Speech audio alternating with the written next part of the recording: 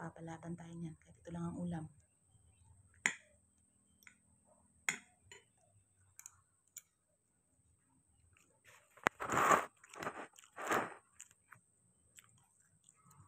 So, saang angulo ako nagpupunta para nung maiba-iba naman yung location.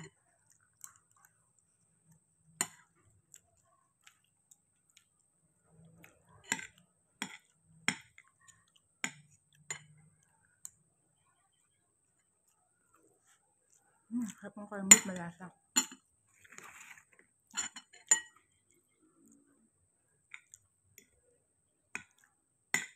Kasi ganitong kahit mga delata lang.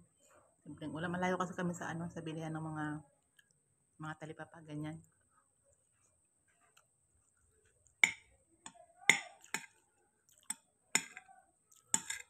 At mukhang uulan, guys. Wala na ako ma-content ka. Kaya natin itong pagkain.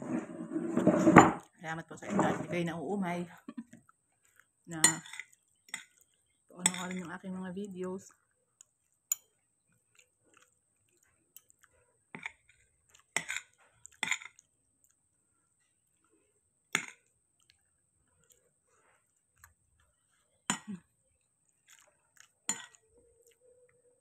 Mainit-init pa yung kanin.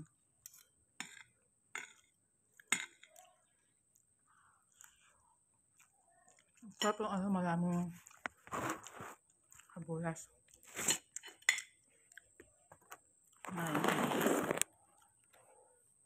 Sarap. Sa bahay kasi hindi na ako nagsusuklay.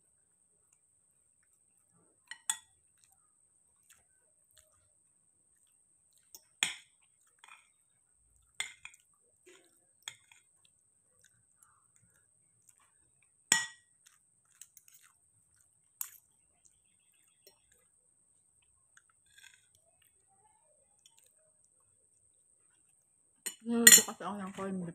Nalagyan ko ng yung number one gusto ko sa pag niluluto ako ng fried egg. Sawa na kasi ako sa niluluto. Nalagyan ko ng sibuyas. Masarap kasi may sibuyas. Kaya kamatis. Sarap yung testing nyo yung mga ulam.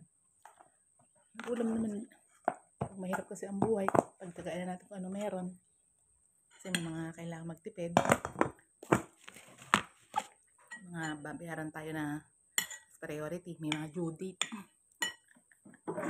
May mga delete dyan. May mga ka-due date. Ito naman ang due date. Service, baon, araw-araw.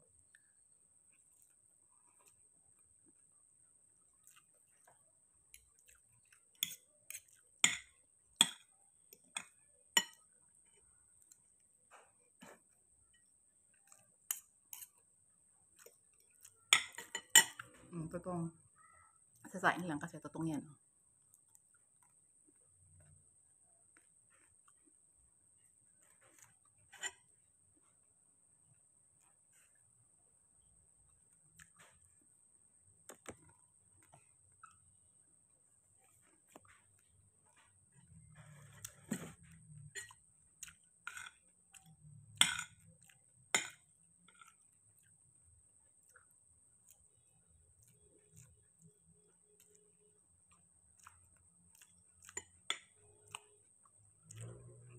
Labo kasi camera ko. So malabo talaga.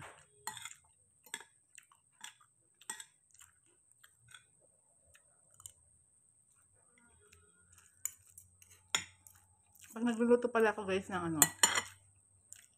yung hindi na ako naiya, yung talagang kain. Kung ano yung natural, napakita natin para tanggapin tayo ng tao. Kung hindi man, sorry tayo, kung hindi tayo tanggap, kung ganito tayo kumain, diba? Naluluto ako ng corned beef. Hindi na ako naglalagay ng asin. Kasi sobrang daming sodium na yan eh. Hindi na ako naglalagay ng mga magic sarap. Hindi na ako naglalagay nun.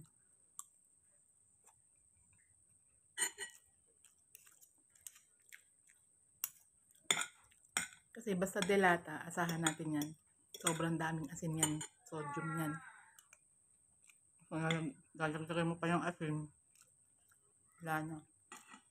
Sobrang dami na. Grabe, ang lala ng eye bag ko, oh. Hindi ko alam kung may insomnia ako o may panic attack o may anxiety. Hindi ko alam kung nararanasan ko. Parang share ko lang. Hindi ako nakakatulog ng straight. Yung alam niyo yung diretsong tulog. Parang pagising-gising ka. Bawa. Tutulog ko ng alas 12, alauna. Nagising ako ng alas 3. Alas 4, ganun. Hindi dire-diretso yung tulog. Ewan ko ba, parang ang tanda ko na ata.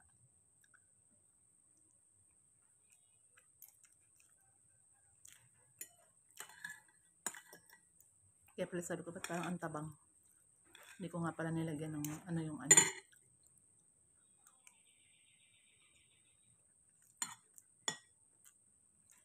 Pero nagluto ng kamatis na may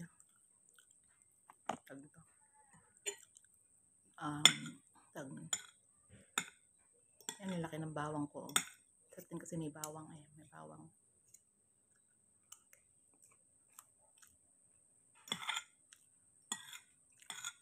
Yung onion, masarap iluto. Punong puti. Kapag ginisa. Ilagay sa itlog.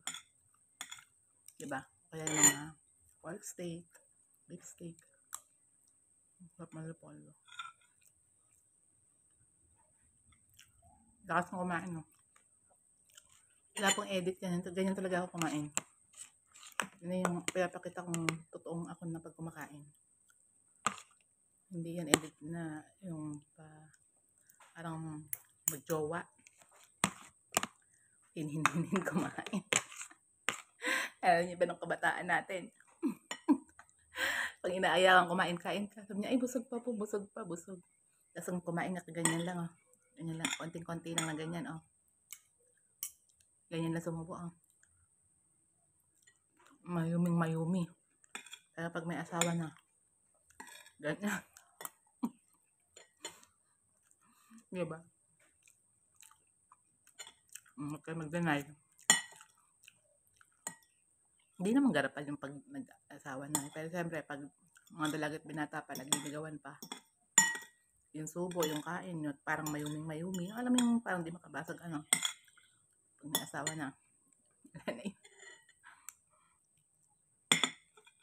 Ito ulam ko, oh. Kayang beef. Saka yung itlog. Ubus ko na. Actually, isang kamatis lang yan. Tapos 2 sibuyas. Yung nilagay ko sa egg. Basta ako, simpleng ulam lang nakakain ako. Ewan ko lang sa iba. Hindi ako maaano sa ulam. Hindi sa ulam. Lalo na saan. Sa halos lahat ng ulay ata kinakain ko talaga. Mang hindi, pero kasi lahat hindi ko naman, meron din naman lumaki sa probinsya na hindi ko makain ng gulay. Kasi nga, hindi naman sila, siguro din nagluluto ng ganon, baka ganon eh.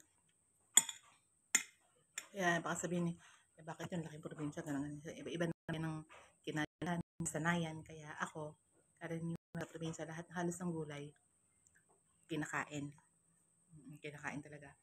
Tapos, bihira kasi kami pag sa probinsya dati lang, bihira kami sa mga meat. O lalo na sa baboy, bihira kami dyan. Kahit sabihin na mahal yung baboy, di ba? Masarap kasi di ba yan sa mga high blood nga. Di ba? Ang aga nga namin na sa high blood. Kumakain din pero napaka lakas kasi ng sa high blood. Hindi naman pwedeng wala kasi din cholesterol sa katawan. Kailangan lang talaga natin i-manage. Kaso lang hindi natin na ma-manage yun dahil minsan hindi na natin napapansin na di ba? Simpleng ulam lang ako, pero tignan niyo naman ang katawan ko. Paano pa kaya kung talagang masasarap na ulam kinakain ko, di ba? So, siguro nasa lang din talaga. Kaya, ganun.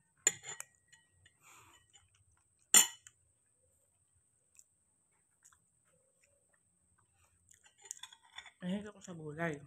Munggo, sitaw, yan, yung mga alokbate, saluyot, talbos ng kamote, ampalaya, talong, okra, yung mga ganyan. Sa isda, hindi ako masyado sa isda. Pero ang hilig ko sa isda, number 1, bangus. Yan, bangus number 1. Kasi sarap-sarap, ang sarap ng lasa ng bangus lalo na kapag yung parang inaadobo siya, tapos nilagyan ulit yung mga sibuyas, gano'n, di ba? Tapos munod sinigang, o kaya pinaksiw, yan, mga gusto ko yan sa bangus. At lalong-lalo din ang inihaw na bangus. Talagang bet na bet ko talaga yung bangus. And then, yan, tilapia. Siyempre, usually naman yung tilapia. Ang hindi talaga ako kumakain yung mamahaling isda. Ewan ko ba? Like yellowfin, bluefin, o diba? May mga ganyang isda. At saka yung malalaki talaga, may mga salmon-salmon pa, diba? Yung pink na yung sinigang sa yung ulo, ganun-ganon. Hindi, siguro dahil hindi naman sa hindi ko yan naranasang kainin dati. Siyempre, noong mga time naman na nakapagtrabaho na ako, kahit pa paano naman meron ng mga nakakainang ganun. Hindi ko talaga siya naging hilig kahit nakakain ako.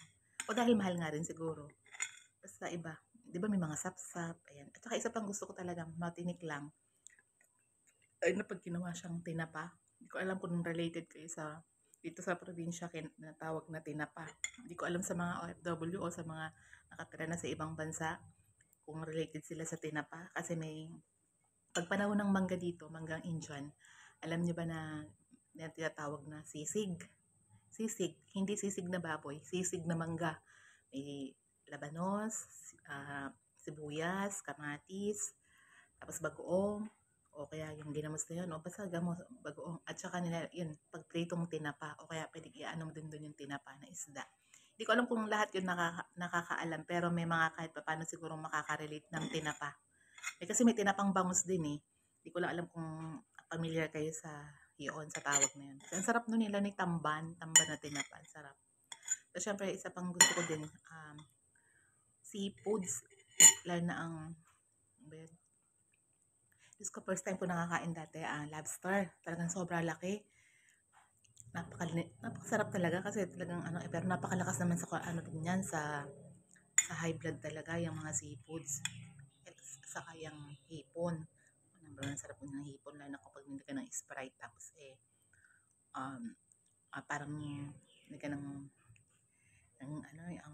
cream, ano ba yan?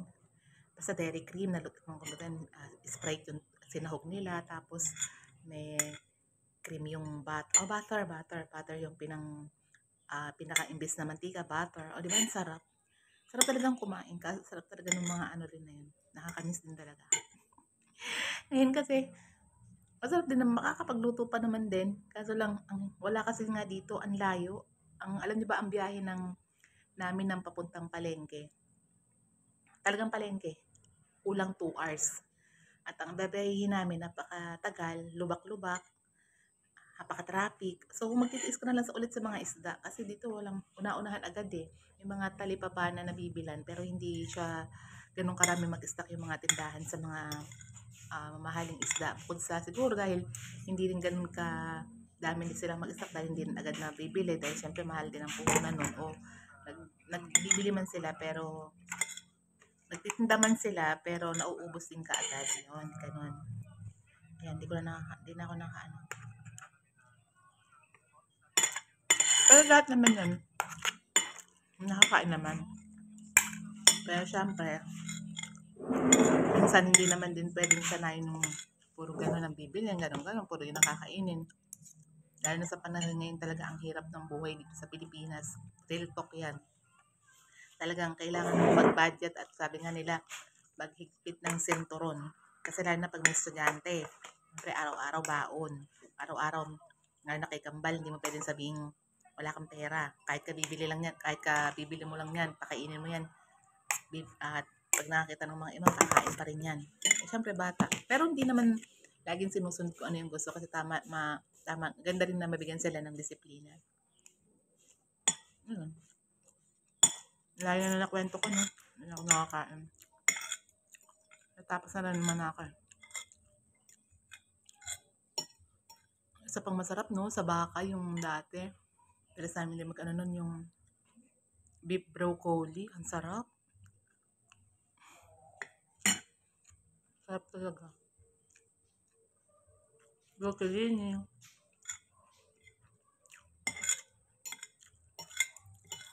Dati pumayat ako eh. Nagtimbang talaga ako ng 83 dati. Nung hindi pa ako nabubuntis kay Kambal. Mas nag-LC ako. Alam niyo ba yung low carb diet? Fasting, intermittent ba yung tawag doon? Intermittent. Basta something ganun. Yung mga low carb lang yung kakain mo. May strict low carb, may low carb talaga. Hindi talaga ako nag-rice, nag-soda, nag-pasta. Wala pang, isang buwan siguro, isang buwan, yung timbang ko naging 65. Totoo talaga.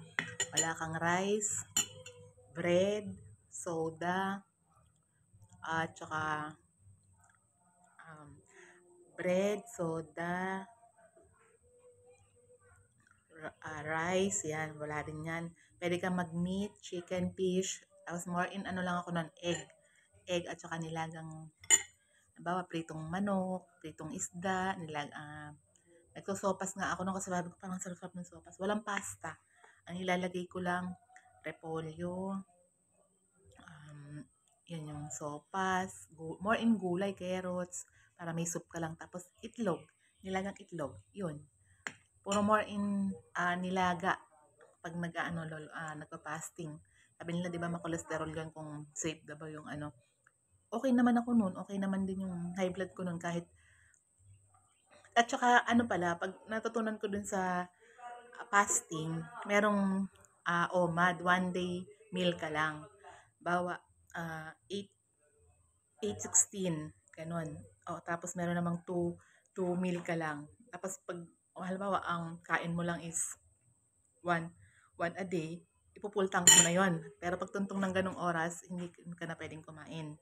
Pwede yung mga, halimbawa, tubig o mga ano, pwede. Pero yung heavy na ano, pero para madisiplina ka talaga, susundin kung kaya mo. Pero kung nag-uumpisa ka pa lang, hindi kaya yung one day OMAD, one day meal a day.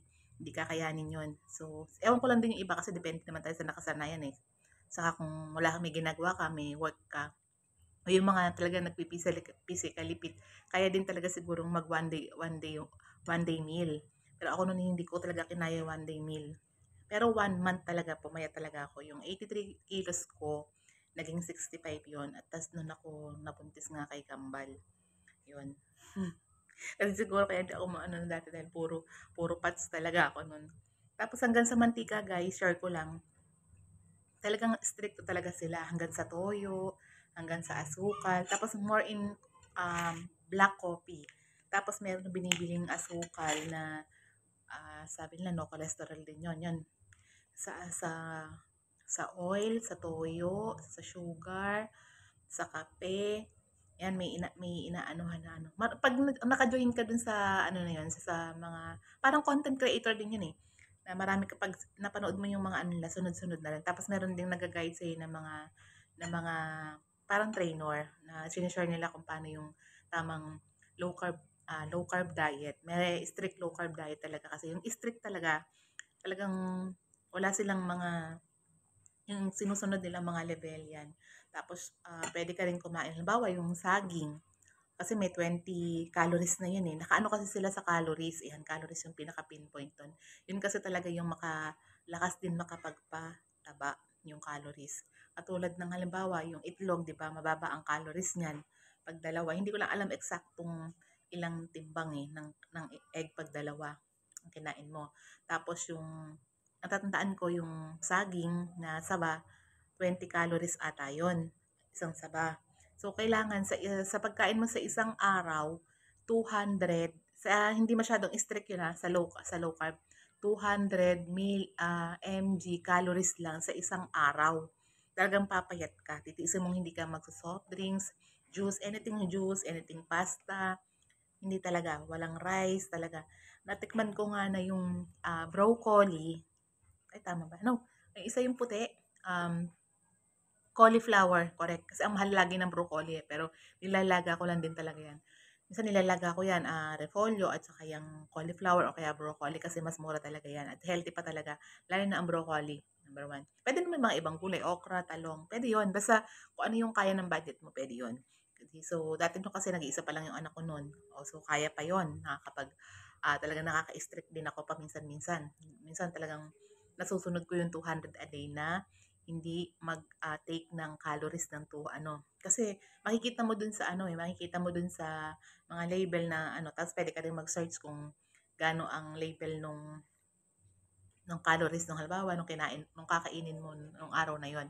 Pero maliit lang ang calories kapag yung manok ay parang in-steam lang at saka yung hindi siya mamantika, in-steam lang. Kaya nga sila gumagamit din ng mantika na ayon din sa low carb diet na sinasuggest din nila. Yun, napakalaking bagay talaga. Pero hindi ka rin basta-basta makakasunod kung wala kang pera. Sa totoo lang. Kasi pera din talaga ang kailangan para din sa masustansya. Lalo sa panahon ngayon, 'di ba, ang gulay ang mamahal, oh, 'di ba? At saka isa pang number one din, ang napakahirap, 'pag nasanay ka sa kanin at papasukin mong mag-diet, hindi basta-basta kasi yung timing ng tiyan niyo, yung timing nung nakasanayan ng tiyan, hahanap-hanapin talaga 'yan. Siyempre makakaramdam ka ng lata, parang pagod na pagod ka. Kasi siyempre yung mga tinitake mo dati, tapos biglang mawawala, 'di ba? So, maaano talaga 'yon. More in water, pwede kang mag-coffee. Tapos may sinasuggest din silang pwede mong ipalit sa coffee basta may zero na calories. Noon, natuto talaga ako, pumayat talaga ako. At totoo talagang nakakapayat ang low carb diet. Trusted talaga yon, trusted. At yung huling subo ko, doon ako mag-e-end. Ang haba ng dinaldal ko, guys, no? Yun lang na may share ko para din may kabuluhan din yung mga na upload ko. Kung umabot man po kayo sa nakapanood hanggang dulo ng ko, sa mga obese na o medyo na po talaga at meron naman kayong budget, huwag niyo pong, subukan niyo pong gumamit talaga ng low carb diet, fasting talaga. Effective po talaga yon. Siyempre sa una po talaga, dapat yung unang-unang number one, pag pinasok mo talaga yon, desidido ka at saka talagang, ano ba tawag doon? Um, ah, ano daw to?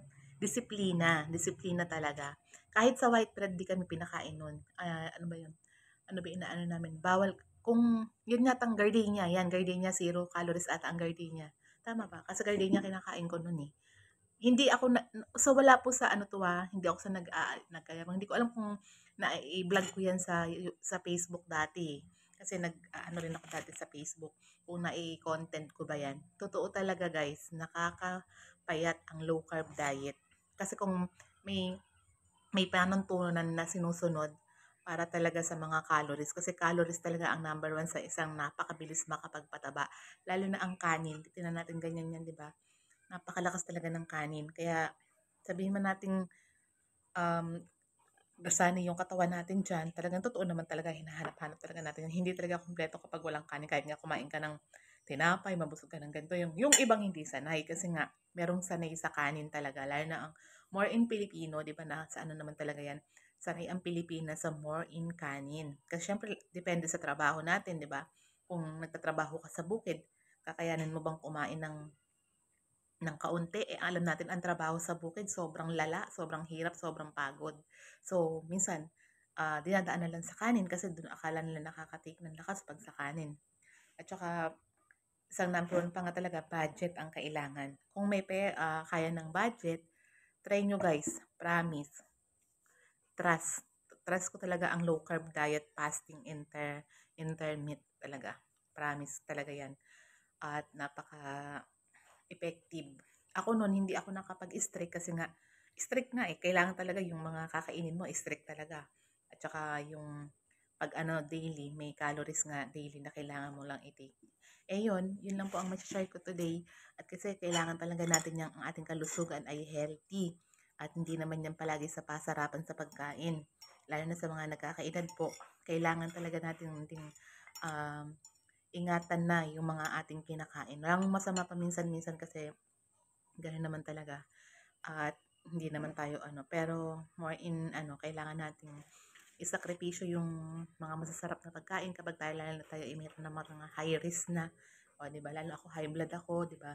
So, kailangan high blood kasi number one, cholesterol din, at saka mataas ang mabilis makataas ang mga maaalat. Siyempre lahat naman ng pagkain maaalat, 'di ba? So dadagdagan pa natin 'yan, 'di ba? Lalo na 'yung sa mga asin, 'di ba? Na number 1 'yan, patis o toyo. Malakas 'yan. Tapos 'yung mga ano pa ba 'yung mga maaalat na pagkain. Basta 'yun, guys. Be aware na at saka laging mag-ingat sa mga kinakain natin, 'di ba? Lalo na kung kaya naman ng budget at ano, 'wag isipin lagi yung sarap kasi kahit anong sarap ng pagkain minsan yan din yung nakakasira sa katawan, sa kalusugan natin talaga. Totoo talaga yun. Kasi dati nung araw, nilaga lang kami nun, more in nilaga, nilaga, nilaga. O tingnan mo, ang lalakas ng tao nun, 'di ba? Kasi walang masyadong condiments na kung ano-anong pagpapasarap na nilalagay sa pagkain. Ngayon kasi sobrang sasarap na ng mga pagkain kaya parang hindi natin alam kung ano na yung mga nilalagay din nilang klase sa pagkain. Pero syempre, na-enjoy natin yung pagkain, lalo na pag pumasok tayo sa mga mukbang, sa mga restaurant, mga eat all you can. Syempre, talaga namang kain ka talaga eh. Syempre, ano yun eh. Pero pag talaga dumating din sa isip mo yung nagkasakit ka na, doon mo lang marirealize na dapat pala nag-control kayo. Yun din ang number one, disiplina, control, at hanggat kaya, i-check palagi yung mga ating mga kinakain. Kahit nasa probinsya kami nga dito, buti mo puro lagi din kami gulay. Ano lang kami dito lagi, bihira kami talagang mag-meat, more in fish at saka manok. At saka gulay. Siyempre mga bata hindi makain ng gulay. Yun lang po ang aking health tips ngayon. Yan, buti nabanggit ko pala yung low carb diet. Totoo po yan. Trusted talaga. Low carb diet po talaga. Nasa disiplina din po talaga ng ating mga kamay at ating pagkain ang ikaka-healthy ng ating katawan. Maniwala ka o hindi, totoo po talaga yon. Yan lang po muna. At isusubo ko na to ang aking ang aking huling pagkain. Bye guys! Salamat! Ingat kayo palagi at think positive. Kanya-kanya man po tayo ng pagsubok sa buhay. Alam natin na ito rin ay malalagpasan. Hindi man ganun kadali ang ating mga pinagdaraanan. Katulad ko din ngayon. Patuloy na kumakapit kay Lord at nagtitiwala at naniniwala na isang araw mababago din ang lahat ng ating mga pagsubok na pinagdadaanan. Kaya yun lang po at maraming pong salamat ulit sa magandang buhay at sa mabuting tao. Bye guys!